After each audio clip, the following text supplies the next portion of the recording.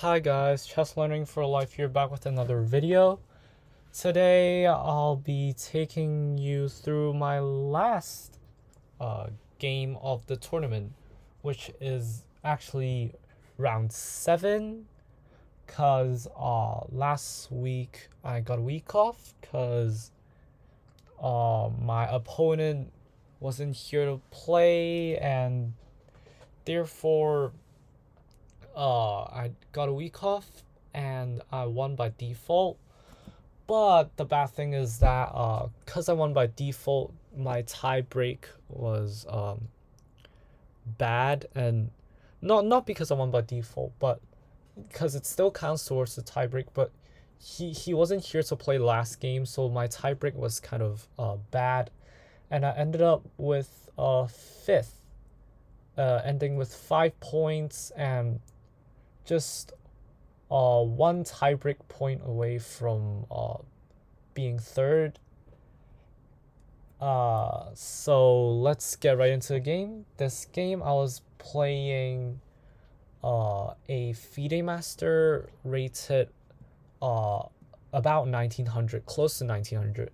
So I played this d4 opening. So I came prepared. Like, before I also played with whites, I think. And no, before I played him with black with the in a rapid game, and I drew him despite being an exchange up. So this time I had to clutch back with the white pieces. This is a standard game. And this is a queen's gap declined, and an early h6 to kind of force this exchange. And he's just walking into my prep. Like, this is all in my prep, and I'm very proud I'm still in my prep after this ninth move. Takes. Now bishop b7 is kind of useless, because even after c5 this bishop would be blunted by the pawn. So he goes bishop e6 right here, and I castled. Now look at the eval bar, it's already plus 0.7. c5, here I should have taken and played against the hanging pawns, the c and d pawns. Because after this, I can play e4. And here I could even play knight a4, and now how do you defend this pawn? So you can't even play a d4 here. I should have saw this e4 follow-up. After c4, I can even take. C takes. And queen b3. Double threat, but this is not really a threat. But here I played solid. I played rook e1. I was eyeing for this e4 push. And here I dropped my bishop back, because I had to defend this pawn and maybe prepare some queen c2, queen d3 to line up this battery, which later in the game you'll see is very strong, although the computer doesn't approve this idea. Rook c8, h3, kind of a passing move. I don't know what to do. Here queen d7, beginners would be afraid of this sack, but it accomplishes nothing. You have no more pieces to follow the attack. And I can even play knight e2 to kind of support this pawn. Now if you take here,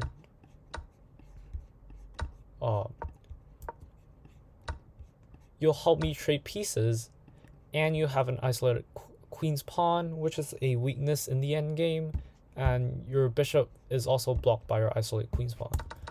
So this is a move to kind of prevent trading on d4, and also to prepare this knight f4 jump. So my idea here was maybe queen d3, g6, and then knight g3 to stop bishop f5. This was featured, I think, in my second game. Yeah, second game against the year U8 champion. He was also using this idea against me, and the battery was too strong. I couldn't handle it, But here I saw this better knight f4, which is the top engine move. Because you can't go bishop f5. Because I take here, and your d pawn drops. And here I'm also preparing like let's just pretend he does a random move, queen d3, and now this forces f5, which you'll see later in the game, because if g6 I can just take with the knight, and it's mate here. And so he defended nicely, and he was ready to push his queenside majority, but I went with my idea. Here e4 was good, because after takes and bishop takes, this pawn is very strong, although it's an isolated queen's pawn, but it'll help my attack within the middle game, and this just opens up lines for my rooks, and there are potential forks right here. So engine is favoring this idea, which I could agree, but I think just human psychology, this battery is very strong. I saw the move f5. I thought it was too big of a weakness, but turns out it's holdable. Like, I saw this bishop, this is very bad, and then I saw like these light square weaknesses which I can attack, but it seems like this idea was not that strong. Here I saw this little idea, this maneuver, to kind of get a knight into e5. But like, I didn't see any plan after planting a knight on e5, and it could be easily chopped down with bishop e6, bishop d6, and if I defend with f4 and then take on f5, I go rook f1, he always have like this g6 idea, it's rock solid.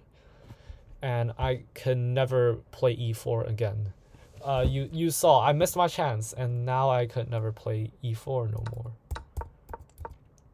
But here I was like, I want to keep this battery. I don't want his knight to come here to harass my queen, so I was just like, chill, a3.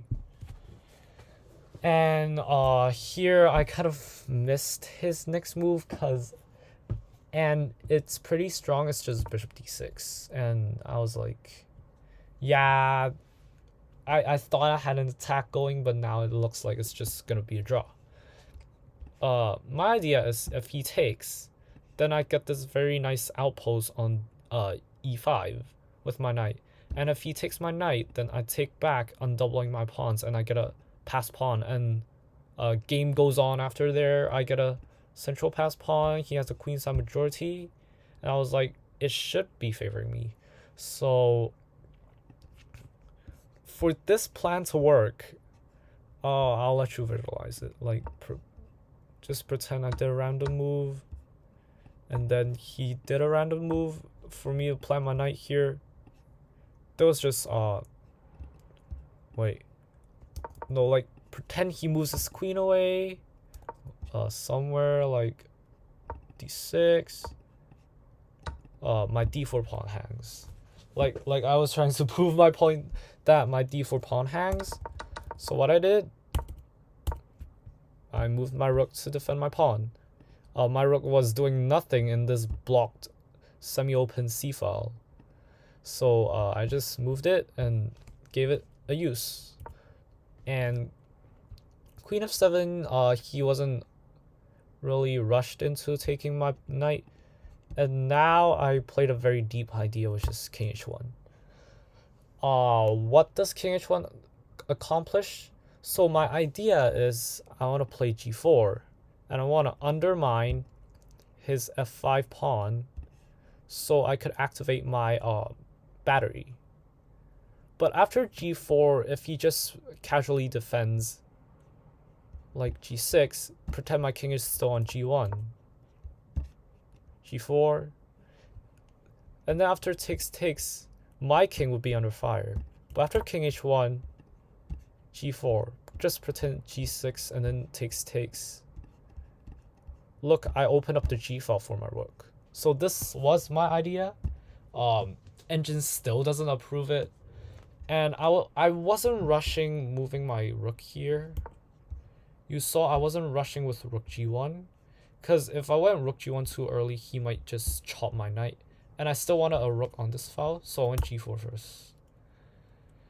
And here, the engine gives like, if you drop your bishop back, you could still hold this f5 point. But he defended it with his knight. And seems like here I had to trade off his dark square bishop. Like this. And I saw this pawn structure. I was like, it should be favoring me. But I was like, what's next?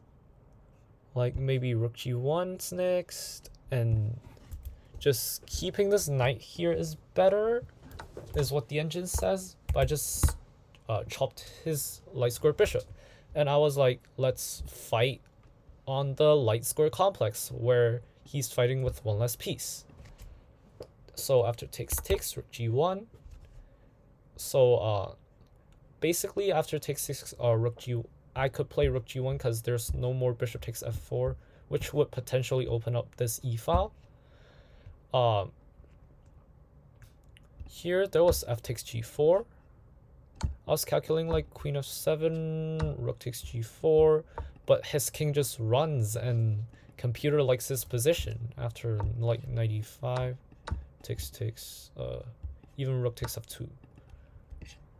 And the computer is like, look, whose king is under fire? Like maybe it's black, maybe it's white. The computer is favoring black slightly. Maybe because this bishop is doing nothing, this rook is doing nothing, and I don't know, just but he didn't take because he's a human, and human are not that reckless. And just now the computer with low def was recommending g takes f5 as better for white, but now he's like, no, it's better for black. I took, which is very natural, knight takes f5, but he went queen c8 for some reason. I don't understand why he didn't just take with knight. Take with knight, rook g4. I was calculating like h5, rook g2 to kind of stop these ideas, to kind of unpinning my knight. Because I saw there was like this idea, but like of course not in this position because queen e2. I saw this idea to unleash my bishop and defend my knight. So he just went queen c back c8, and I was like, what is that? And then I realized he was just setting a trap, baiting me to, he's just pinning my pawn, and because I can't move my pawn because I lose a pawn on h3 and it's mate. And maybe he's setting up some queenside majority attacks later in the game, but that's just too long term. Like, why not just this straightforward knight takes f5? Now I get to play knight h4, and here a prophylactic f4 would be better, cause this basically stops g5. But here I play queen e2, cause now my pawn is pinned. It's, this battery will never be open. So I was like, maybe maneuver my queen here, which is what I did. He tried some counterplay with c3, which kind of messed me up. Here knight takes g6, which is winning, cause if rook takes, I still go queen h5. Takes 6 is obviously losing, and knight takes, I still go queen h5, and what do you do? Like queen e8, and I trade everything. Wait, no, wait, f6. Oh, f6, and my bishop comes into play. Wow. And if king here, I just go rook g1 and his rook's lost. Wow. So, but queen h5 was also good. But here, I was deep in calculation. I had like 20 minutes left. I was deep in calculation. Rook takes g5, rook takes g5. I was like, it should work. But then I just couldn't find a way through. But now with computer analysis, I was like, after take6 takes, king h7 is forced. Or else I would take his rook. So king f7. Now queen h5 check. I also saw this. I was like, don't let the king go away. And then I saw rook g1. And then I refuted all this because of rook c1. And now the rooks are getting traded off. And I saw that I could still win his rook like this. But I was like, yo, my bishop's getting forked. But what I didn't realize is after all that, I'm literally up 3 pawns in this endgame. And this pawn is already rolling. My pieces are more active. But I just didn't see this. I really need to improve my calculation skills. I really like grind puzzles because just missing after taking the rook, I can take the bishop, is just horrendous. So I didn't go for this. Now I went back to f3, which it is still winning after takes. And here he had to go knight g7. And after maybe like knight f7, and then rook takes would lead to some mate after queen g6. King ha. Now this mate is kind of unstoppable, and yeah, if his rook goes back to f7, I just take on this, give maximum pressure, and he's still losing. But he finds this very nice resource, knight g3 check, which kind of messes me up, because now he could take here. But I had this check, and what I had to find here was, because my queen is still protecting h3, I had to find rook df1 to activate my rooks. But here, I let all my advantage slip away with queen h8 check. I thought he was forced to go to e7, but I just forgot he can just go to f7. And what do I do now? Because like after check, he could go e8, he could go to d7, I could keep checking. But he would lose his rook. Yeah, he can't go there, but let's pretend I mean this still works, but yeah, it's just drawish. And I was winning, but then king f7 just draws the whole game, cuz I'm forced to give perpetual check, cuz these ideas are just overwhelming. But instead he went to e7. I was like, yo, queen g7 check, rook f7, I take your pawn. You go to e8, which now you have to sack your rook, because if you go to d8, you lose your rook for nothing.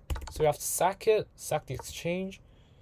And here he went with d7, which lets me force this queen trade. Here I was thinking like maybe rook df1 to activate, but rook df1, I was like king c6, and now what? But I just missed like king h2, rook c2. I had rook g2, and I was like, let's just trade into an endgame. Up a pawn and exchange, although my pieces are kind of inactive, but let's start creating my pass pawn. here I kind of lose some pawns. But here, a very good tempo. Always play active with your rooks. I went for his pawns. And he went for mine. And 2 set of pawns traded. And here I thought it was a clean fork, but I missed king h6, so I had to go g4. Here, I was tying down his pieces and activating my king. Here, his checks are kind of annoying. Here we trade one more set of pawns. And I ran rook f6. I was like trying to open up this file, so I have some check ideas. He went bishop g5, and I was like, yay, fork. Oops, sorry. But you just have to understand this was a 3-hour game, right? No, it was 3.5-hour game. And here it was already like reaching 3 hours. We already played for like 3 hours. Like, I was gassed out, and I only had like 2 minutes left on my clock with a 30-second increment every move. And I was like, yay, fork. But I missed rook takes g4. And now this is kind of a wonky, because now his king could go h6, and I was like, yo, no way, he's gonna win my pawn, and this is gonna be a draw. No way I just fumbled a position up an exchange and a pawn into a drawn position. I was like, no way this is happening again. And then I saw rook h1. And I was like, hold up. I'm still winning, because after, if he doesn't move, because his pieces are tied down. Look, I'm attacking his bishop, and therefore his rook is tied down. If his bishop moves away, then this just opens up this to protect my pawn, and his pieces are just tied down, especially for his rook.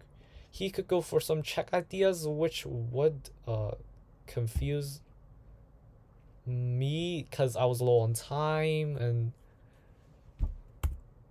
but he went rook h4. Because if he did nothing, like maybe like rook g3, then I had check.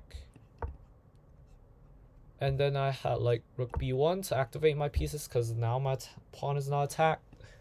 And then there's some like ladder mates ideas.